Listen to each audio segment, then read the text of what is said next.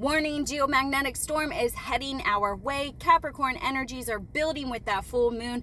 A whole weekend full of light codes. How are you feeling? Let me know in the comments because there's going to be an energy buildup. There is a buildup of pressure in the air. This energy is shifting. Major changes are coming. You may feel a little bit antsy today. You may feel restless today. This is all because we're in the final degrees here in Taurus energy. So we're shifting into Gemini, but we're kind of stuck in between. That's okay. The antsy feeling is going to dissipate as long as you're doing your grounding, your shadow work, you're hydrating, and you're maintaining neutral. This is allowing us to push through boundaries. Aha moments are going to be coming into play. Lots of clarity is going to be gained today where we are realizing where we need to focus more of our needed priorities. Yet again, self-care the whole weekend. Geomagnetic storms, hydrate, because the energy is going to intensify as our moon shifts into Capricorn energies again. This is the second full moon in Capricorn that we are having, so full Capricorn energies incoming. Today we are turning our attention more towards our future goals. So this includes projects, to-do lists, things that are in the forefront. You see it in your mind and you're really trying to build towards it, but there's a pressure cooker feeling. Like I said, you're going to feel very intense and you're going to sense this, and this is going to cause an urgency. There's going to be an urgency. You feel it. You feel like you need to get everything done and you need to get it done quickly, and that's not a good thing. Remember, there are major changes happening, but don't rush the process. It's okay. Let me know in the comments how the energy is affecting you, because we also have a geomagnetic storm that is on the way. And you may notice that things are starting to unravel. We had a major global internet outage. It's grounding flights. It's hitting the banks and businesses worldwide. Microsoft is just getting hit right now. So there may be no internet connection where you're at. Let me know if you're in one of those locations. What are you experiencing? All the solar flare buildup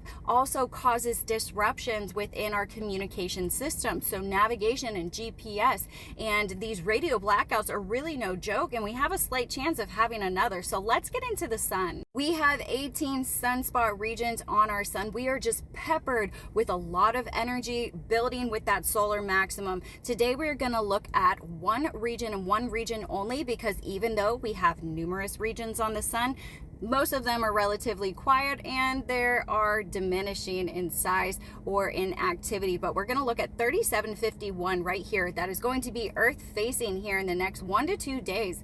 Coincidentally, that's when the geomagnetic storm is going to be hitting. So are we going to get more energy from that? Here's a more in-depth look at what these sunspot regions really look like, how complex they can get with beta, delta, and gamma ranges. Now look at the size of this one compared to the other ones. Let's take a closer up look at 3751. This is region 3751. It has the most number of sunspots and it is continuously growing. Look at the flare probabilities. M-class flare 30%, X-class flare we have a slight chance with a 5%, and the proton level is really increasing. So we also have that slight chance of having a solar radiation storm if this produces something very large and impacts our magnetic field.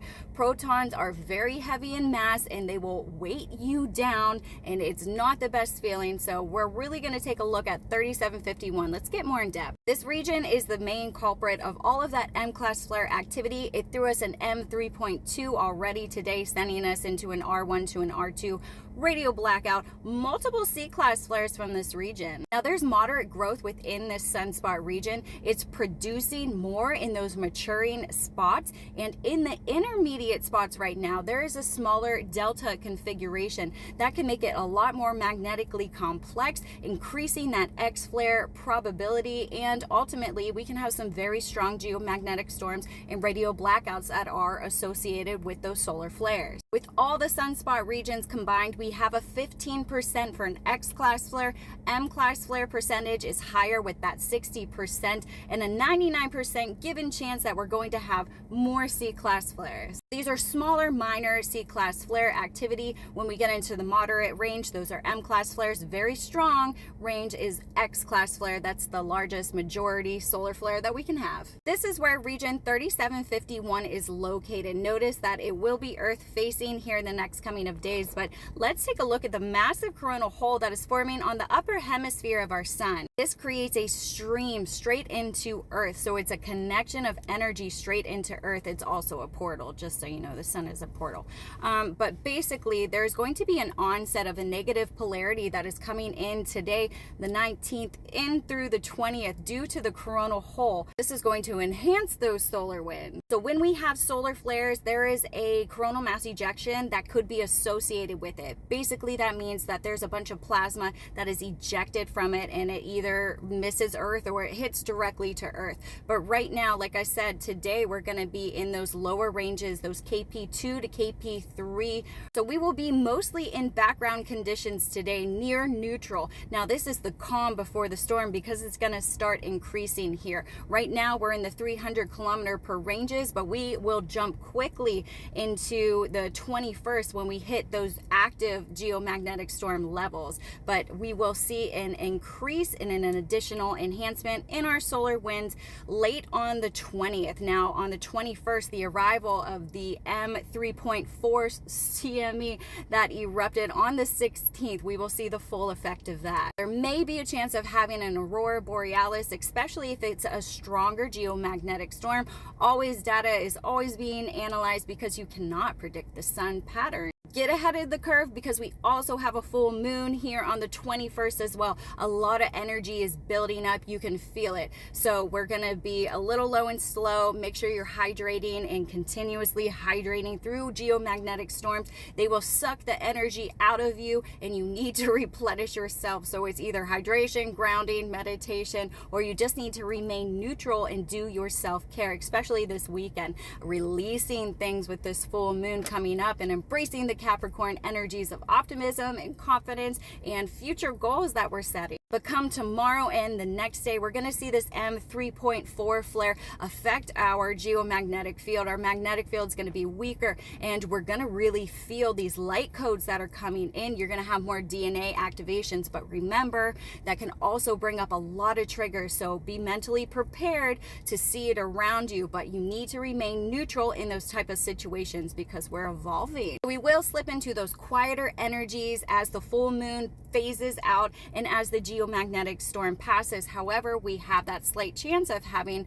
M-class flares that are strong, X-class flares that are very strong, and we could see an onset of more of these larger geomagnetic storms. If we get hit back to back to back, it just keeps the magnetic field open and brings those light codes right into that central sun. We're going to get that solar flash that is going to be happening. We're already feeling the buildup of this. So more solar flashes to come. And as predicted in Tomsk, Russia, we saw numerous thunderstorms that are causing those spikes yet again in Russia. So the Schumann spikes are basically just an energy buildup in the ionosphere that is causing these spikes right here. There's too much electromagnetic energy up above, and we get the sensors here that are picking up on that energy. And yet again, this is normal for this time of year in Tomsk, Russia. But nevertheless, we're still feeling an energy buildup of all of this. So remain neutral, remain calm. You don't have to get everything done today. I know there's pressure that you feel like you need to